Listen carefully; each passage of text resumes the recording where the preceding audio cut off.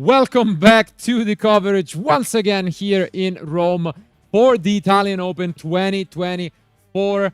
Honestly, what a day it has been. 494 players gathering from all over Europe to compete here in the ancient city.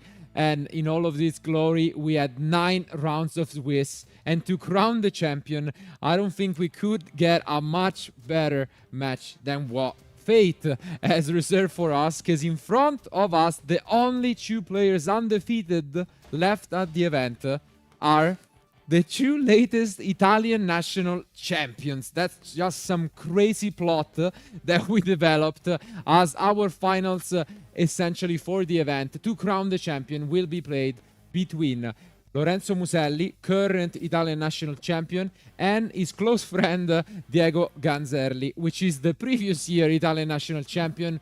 To make it even crazier, they are playing card by card the exact same Kashtira Snake Eye list. I don't know, this is just out of a movie. Yeah, I think there's really not that much to say, honestly. What a run from these players, and I think playing the final against one of your friends, even, you know, like one of... maybe it's gonna be difficult for them, but absolutely. But on the other hand, a very nice memory for sure. Yeah. I mean, it will be an incredible event. Both amazing players, so many finishes, great performances at YCS European level across the few past years. And yes, it is true that they are both really close friends and teammates. But I think the rivalry is up there, especially when you win the Italian National Championship. Then next year, your friend wins it. I think, you know, there is something, especially in Diego, that he wants to prove that he's still up there. And I think both will play it, obviously, in a very fun and chill way. But I'm pretty sure they want to win it. Of course. So we'll see, because maybe they will get the bragging rights of saying, okay, we both have a national championship, but I am the Open champion and I'm the latest winner. So I think this match will be one for the history books. So guys, one last time this weekend, let's go to the table.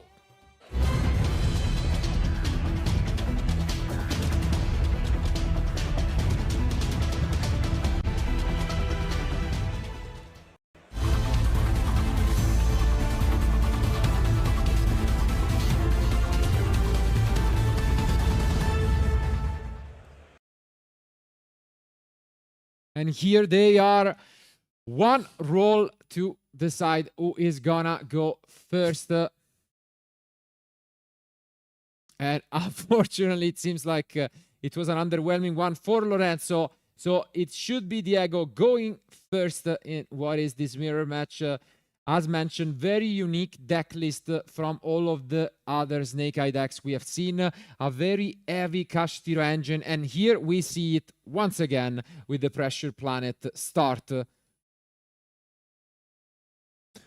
I mean, they both know each other. They both know their decks. So it's really curious to see how this match will develop. And something that Lorenzo told me before the match, we have already won.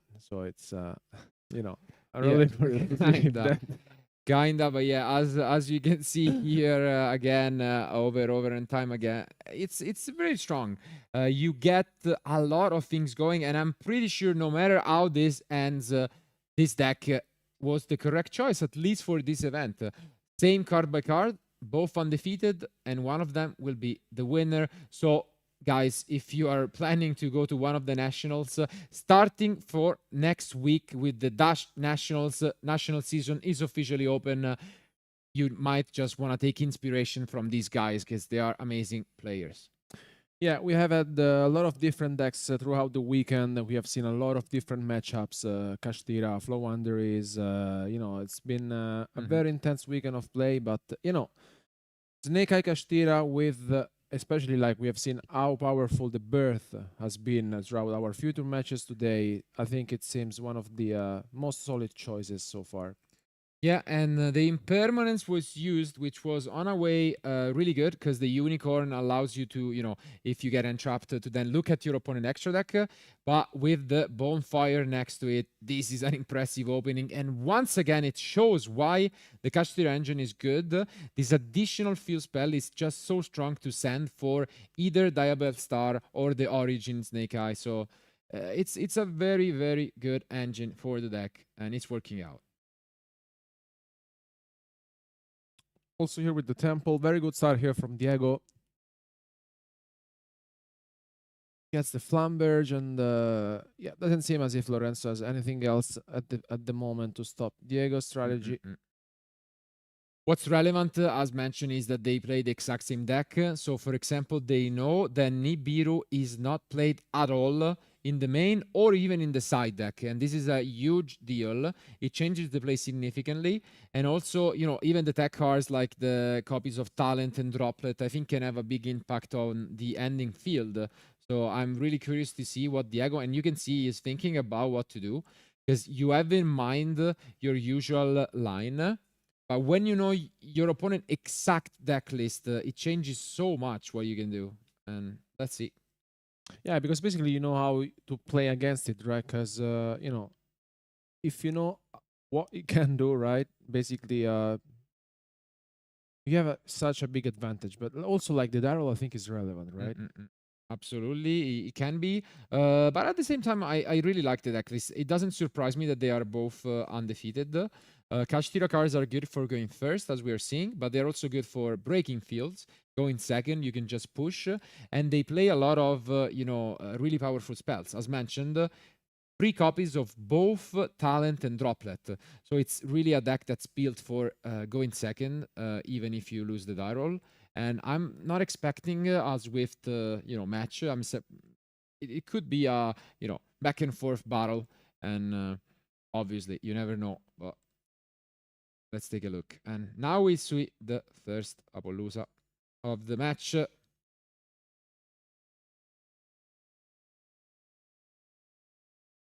Here goes with the Oak as well, and then it will get to activate the Flamberge as well.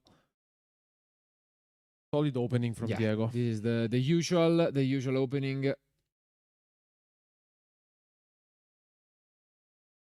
And as you can see, you get back so much of the advantage.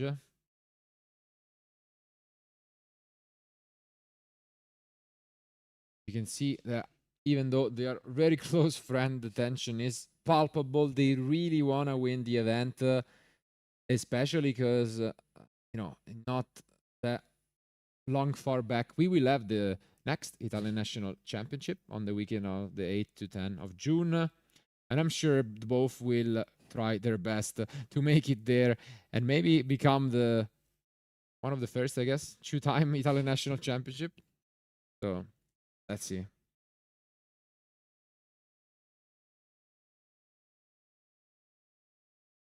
Yeah, and this is really well piloted. I'm sure they have tested this plenty of times. This is a huge opening. You go for the Princess plus Raging Phoenix line, and you end on the Zelantis. And as you can see, when you start things off with the Pressure Planet, you can get to the Unicorn plus Birth.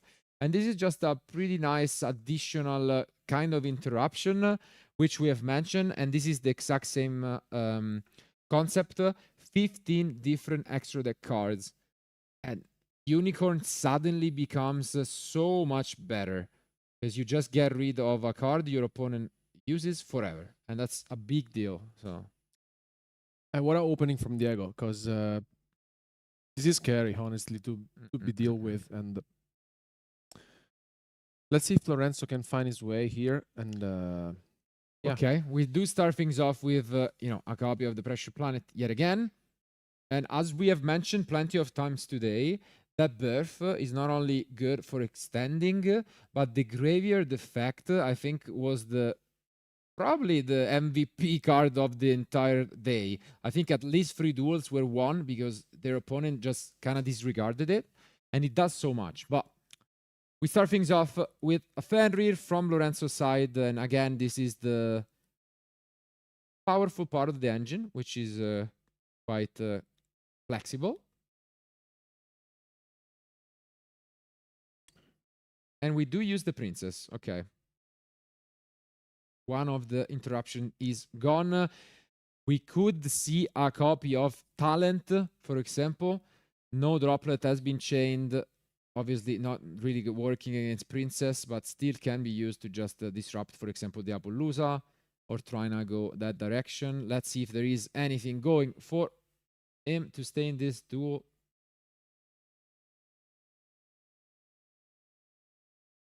Okay, it's gonna be just for now a normal summon of Poplar.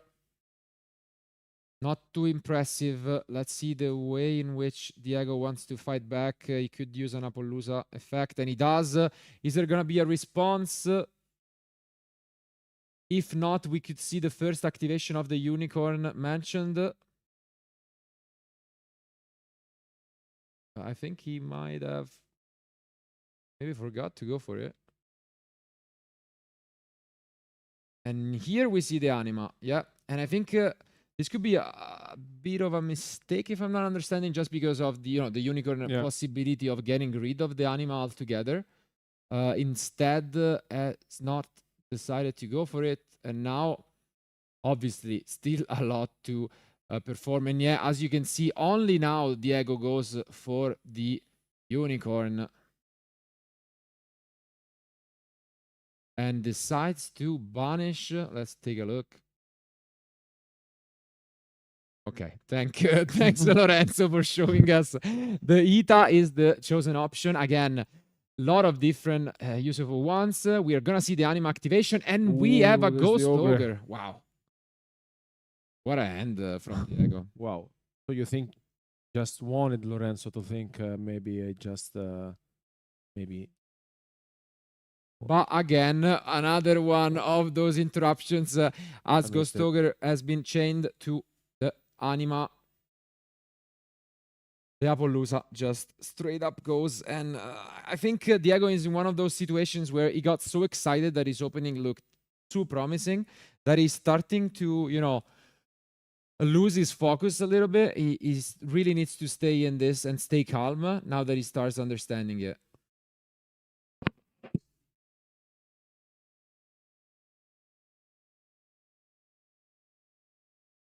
Let's see if now Lorenzo can take advantage of this situation, which looked not so promising at the beginning, especially because like Diego opened up incredibly well, but here it comes the birth once again, which has been so great. Yeah, absolutely sick. Card of the week. Utility. No, for sure card of the day, card of the weekend, card of the month. Maybe we'll see. But yeah, it's really strong. And unfortunately, again, as we have witnessed, the Appaloosa could have been used on the anima and kept an additional line, but this is still not the easiest spot for Lorenzo. As you can see, he's trying to figure out whether he has a line. No Ita is available, as that was the card stripped off the extra deck from Unicorn, which makes it a little tougher.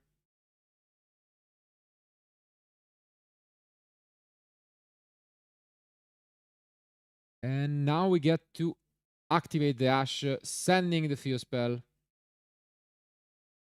and summoning the Oak. For now, Diego is, just waiting for his opponent to combo through. And I think, he's still holding 2 cards in hand.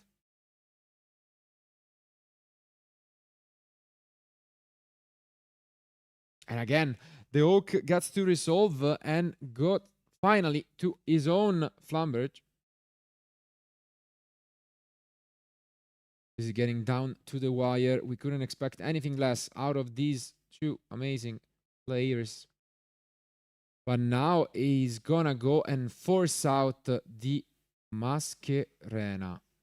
Diego stuck in a position in which he needs to understand whether he wants to do anything right here.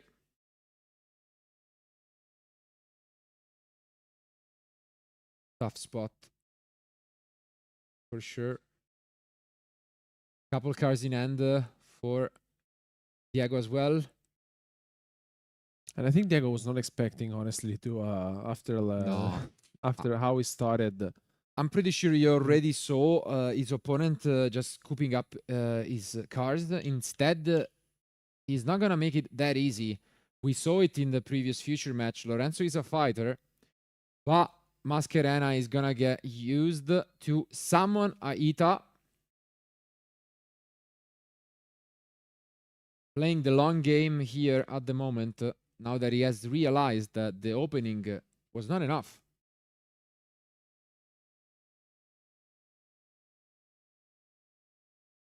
And Lorenzo is starting to get in a little bit more of a chance. Still tough, but let's see what this card is. And it's the Okay. last cards are revealed. So Diabel, Star, and Ash were the last cards. And now Diego having a glance at his opponent, trying to get a read on whether he has enough. Tough, but doable, Mm-mm. I would say.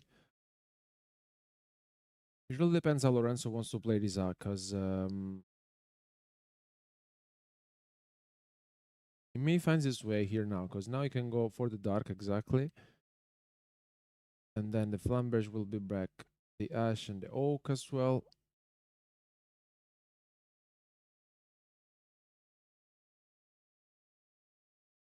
Let's see if he can take advantage of this situation now. We'll bring back the Masquerena with the dark. Yeah, he can do so much. And if there is nothing else left in the end of Diego, this is scary from Lorenzo.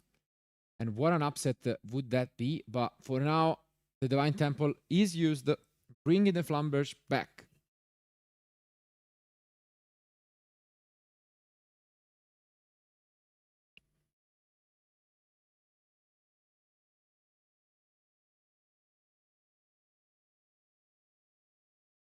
And you can see Lorenzo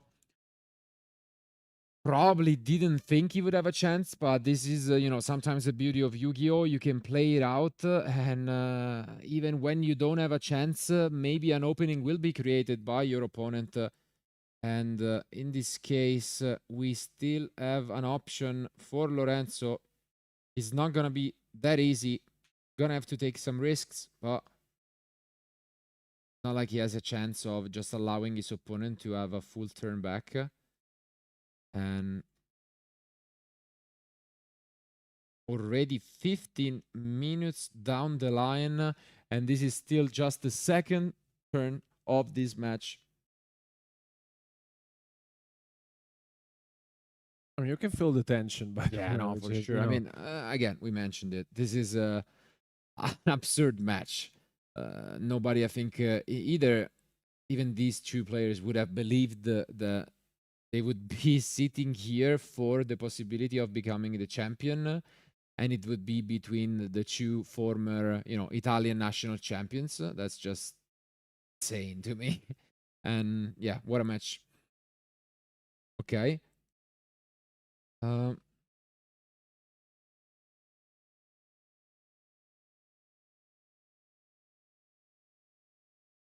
yeah, now he goes with the princess, and let's see.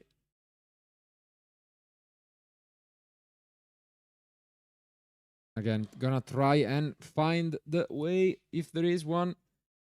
Now, obviously, he needs to be careful because he's locked under Fire Monsters. And he doesn't have the Ita of his own because it has been banished by the Unicorn. And yeah, goes for his own Raging Phoenix, which, by the way, is also in the graveyard of Diego. Let's not forget about that. And he goes finally for his own Zelantis. Yeah, which has to be summoned correctly as the judge catches in the extra monster zone.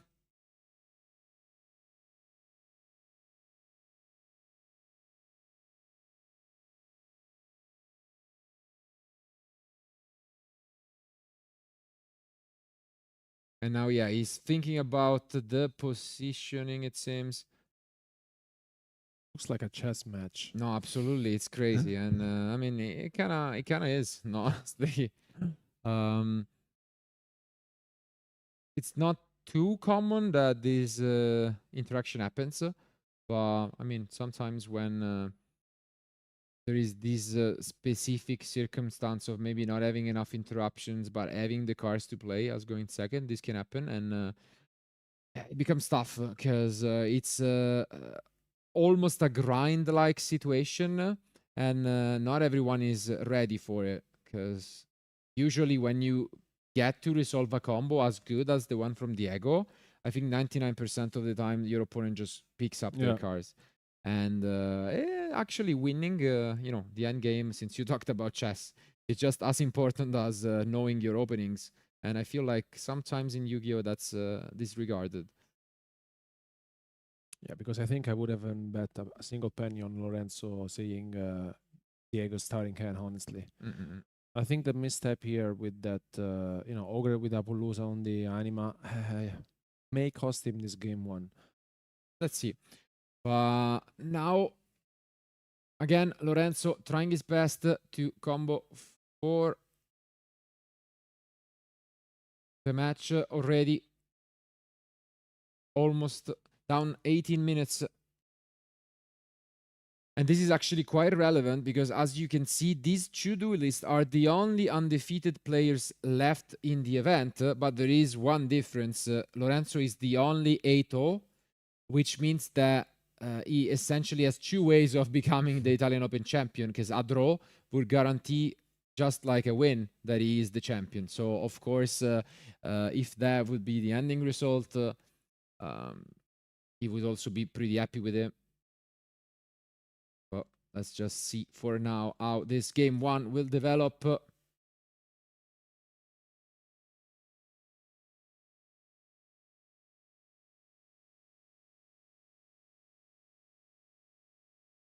Yeah, and he's now going once again for a link summon, and here comes the access code talker. Pretty impressive turn from Lorenzo here, who is now going to activate its effect.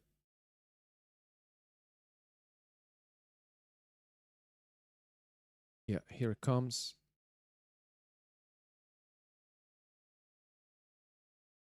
And yeah, now finally the access code talker coming down. Let's take a look at how many different attributes he's gonna be able to go for. Yeah. But the last card face down is wanted, so his options are now limited. And he's gonna try his best to push. Gonna start things off. Okay, they're debating whether. Okay, which one is gonna destroy? And it seems like it will start things off with the Flamberge. And this actually makes it so Diego gets a lot of advantage back.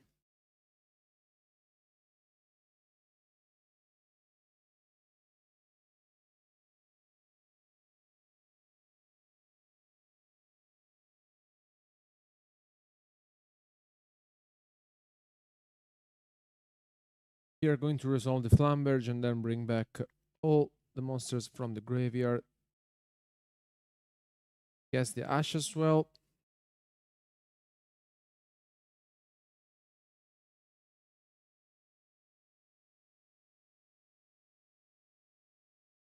And let's see now what it decides to go for, and banish another piece to get rid of one of other Diego's card on the field.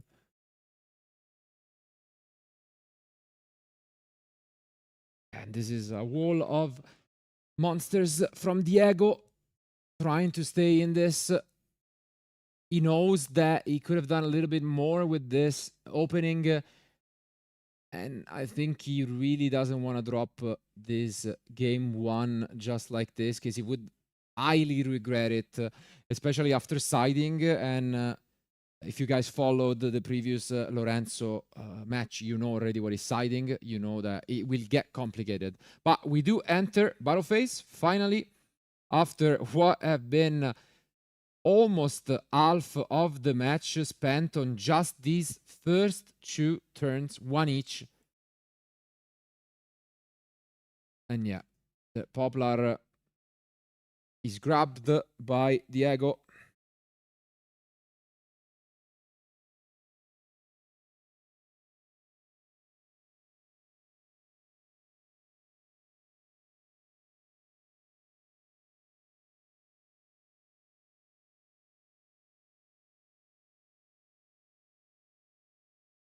Yeah, Lorenzo just taking here some time to think about what is going for next.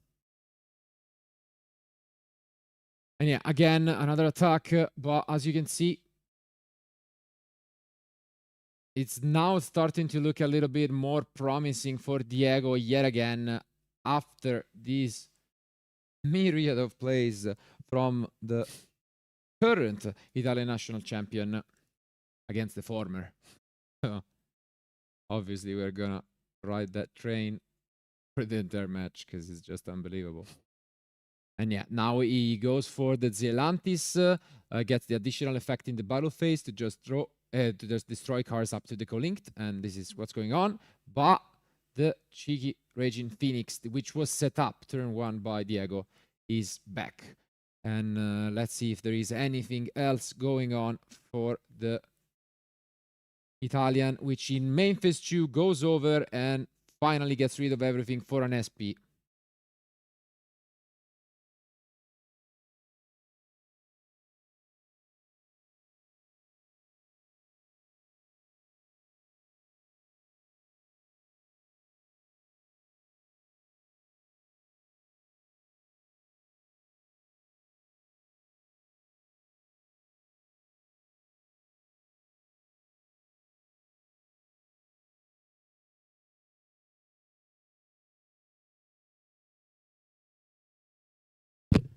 And now play is back.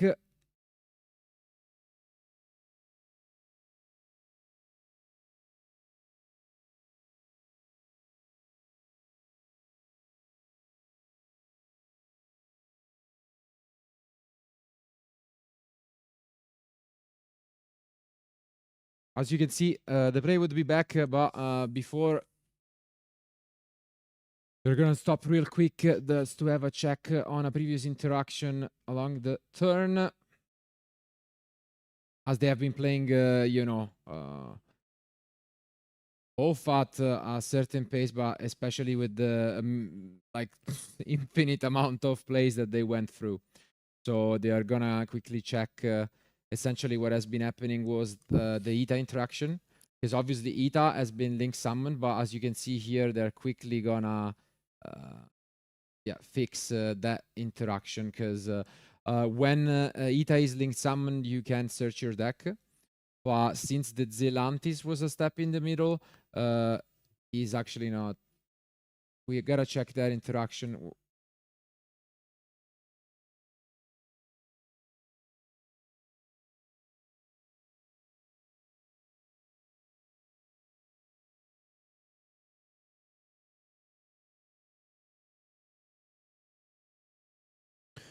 And here, yeah, just once again making some clarification, but yeah, it has been quickly fixed. And as explained, essentially, as we were saying, since Zelantis essentially works kind of like a return from a different dimension, Ita is special summon from the banished zone, and then it's not considered as link summoned anymore. Yeah. And so Ita could not search for the Poplar. Basically, what this changes is, unless there is a significant difference, that Diego is just not gonna have a Poplar on field. Yeah.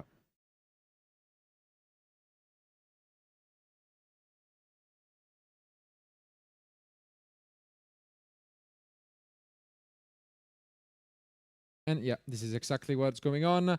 The game has been rewinded.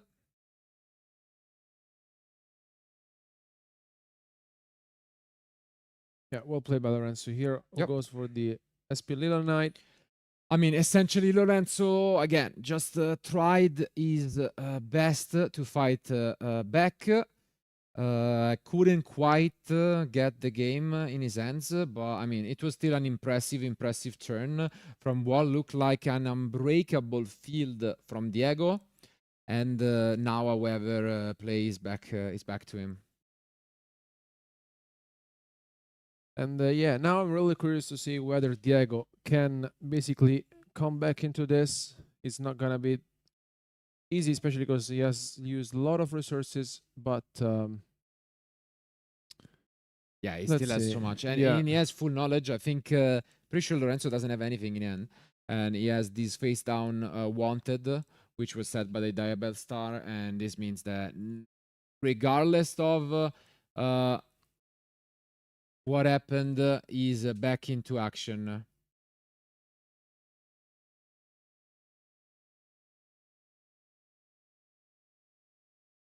And here, yeah, he goes with the Anima. Lorenzo, yeah, doesn't respond to that. That is fine. And yeah, as mentioned, he can just try and push back. He only needs to play a little bit safe around this SP. Shouldn't be that complicated on his own end. But obviously, what is important to keep in mind is what we mentioned previously. 17 and a half minutes are left in the round, and if there is a player who has a lot of pressure to close this game as fast as possible, it is Diego, because he really, really wants to avoid the draw, because the draw would guarantee that Lorenzo is our Italian Open champion here in Rome. And as you can see here, yeah, he's just in such a great spot to win this game. And yeah, that's what's going to happen. And a Ghost Ogre once again. Okay, second Ghost Ogre being activated, but this one, let me tell you, it's much better than the first use from Diego. And yeah, this with the boost, thanks to the field spell, he will do some calculations to figure out how much damage he can deal to his opponent. Ita is gone, but yeah, almost on a top decking mode, and now he can overlay into the dark, and this should be plenty of damage if he manages it carefully. So, what a start of a match. Crazy. Yeah, I mean, we could have asked for more, honestly. Yeah, and now I think we just go for access code, and yeah. This is enough damage. We enter battle phase after a long and we could see the game, and there it is. Game 1 goes to Diego.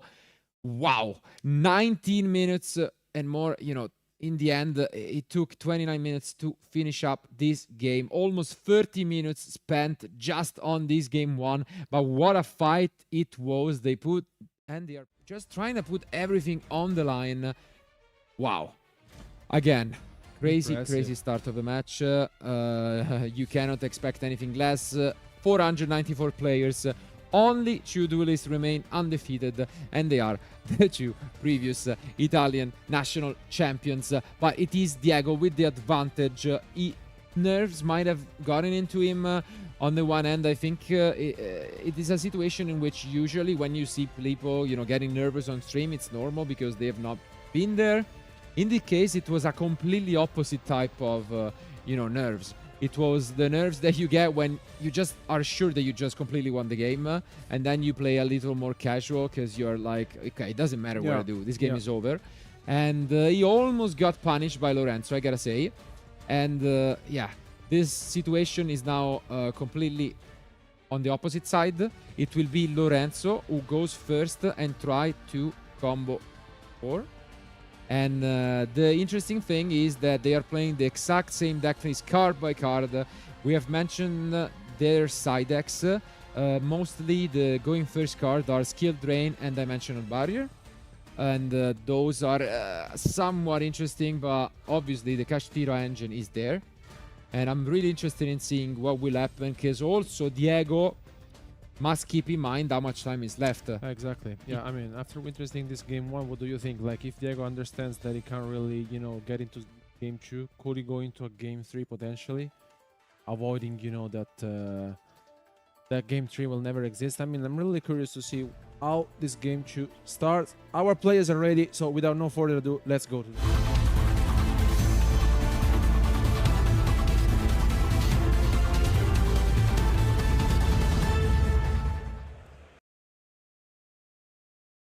And here they are. Lorenzo starts things off with the field spell, searching for one of his Kashtira monster.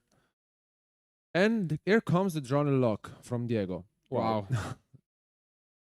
Very nice start here from him. And there's the triple tactics talent from Lorenzo. So the hand is being revealed. And there's a Ghost Ogre Impermanence, a Wanted, and a Flamberge. So Diego really needs something out of his deck. I mean, there's still an Impermanence and a Ghost Ogre to stop a potential follow-up play by Lorenzo, but it doesn't seem like as if... Okay, there's the Unicorn, which is, and the Birth as well. I think it's the second time that this has happened, which is a little bit unfortunate, but the play, I think, is just passed to his opponent, and now let's see what Diego picks up from his deck. He has a lot of potentially really good cards.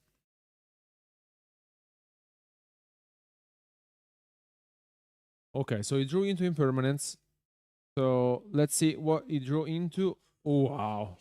Wow. This could be a tough one. If there is not gonna be any response from Lorenzo, I would be shocked if they play so many interruptions. That's gonna see. And obviously, don't forget that although the impermanence has been there, the birth is still active. Yeah. So he can banish some cards from the graveyard with the birth.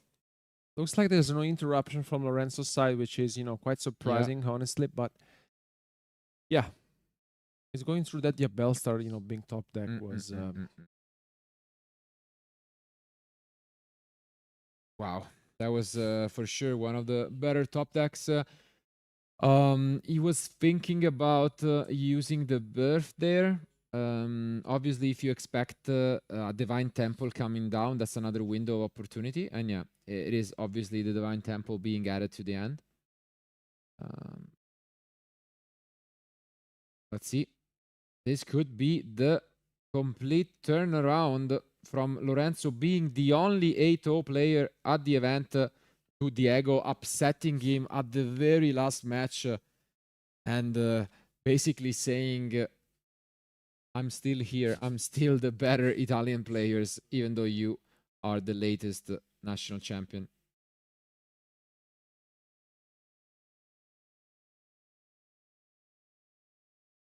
Yeah. That goes for the anime, and then the Flamverge will activate. And this is getting scary for Lorenzo, honestly. Yeah, for sure. Because as mentioned, the birth is there, but from the end, we saw the Ghost Ogre, which he can just chain at any point to destroy it if it gets threatening enough. So it is pretty much all down to, does Lorenzo have an interruption in his hand? Any way of protecting himself? Because if that's not the case, this is starting to get quite scary. And as already mentioned, there are no Nibiru's in these players' main or side deck whatsoever. And they know, because the cards are literally same deck, card by card. So you think that's the reason why he didn't activate the birth, right? Because he knows that there's the ogre. Yeah, he knows that there is the ogre.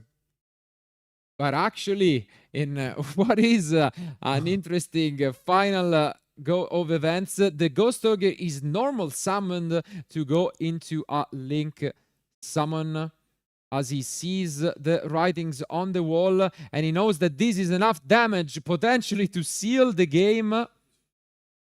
Thanks to the boost from the Divine. No activation. And this is it. The handshake goes down. It is Diego in a crazy upset, winning 2-0 the mirror match and claiming the title of Open champion. Let's go back to us.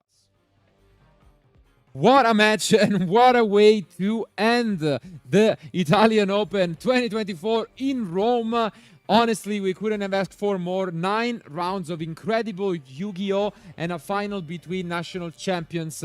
What a match it was. Yeah, I mean, that was incredible, especially because, I mean, game 1 alone was almost 30 minutes long, and, I mean, only 3 turns, basically. So, neither of the players really wanted, to say, I really want to get this game 1. I don't want to lose it. And, I mean, Diego, even though that with that misstep, still stay calm and, take it home.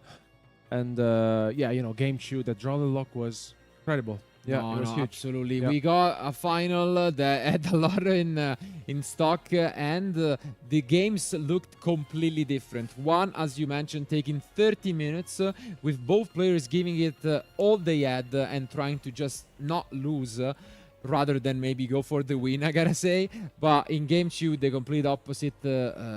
The Drawn and Lock just took it away. It is one of those side deck cards, the free offs in both of these duelist decks.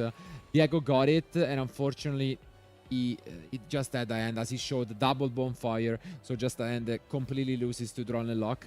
And this might be the only downside of opening, obviously, the Pressure Planet, which has been outside of that the MVP for the entire weekend. I think Kashtira cards really showed why they are so strong, but obviously, out of what has been an incredible finals, congratulations must go to Diego which is former Italian national champion and has now been crowned Italian Open champion for the event in Rome, and this beautiful trophy will go to him just in a moment. So don't go anywhere, because we are gonna go on a short break, but then we'll be back with the winner Diego for an interview and for his very well deserved prize ceremony. Keep watching.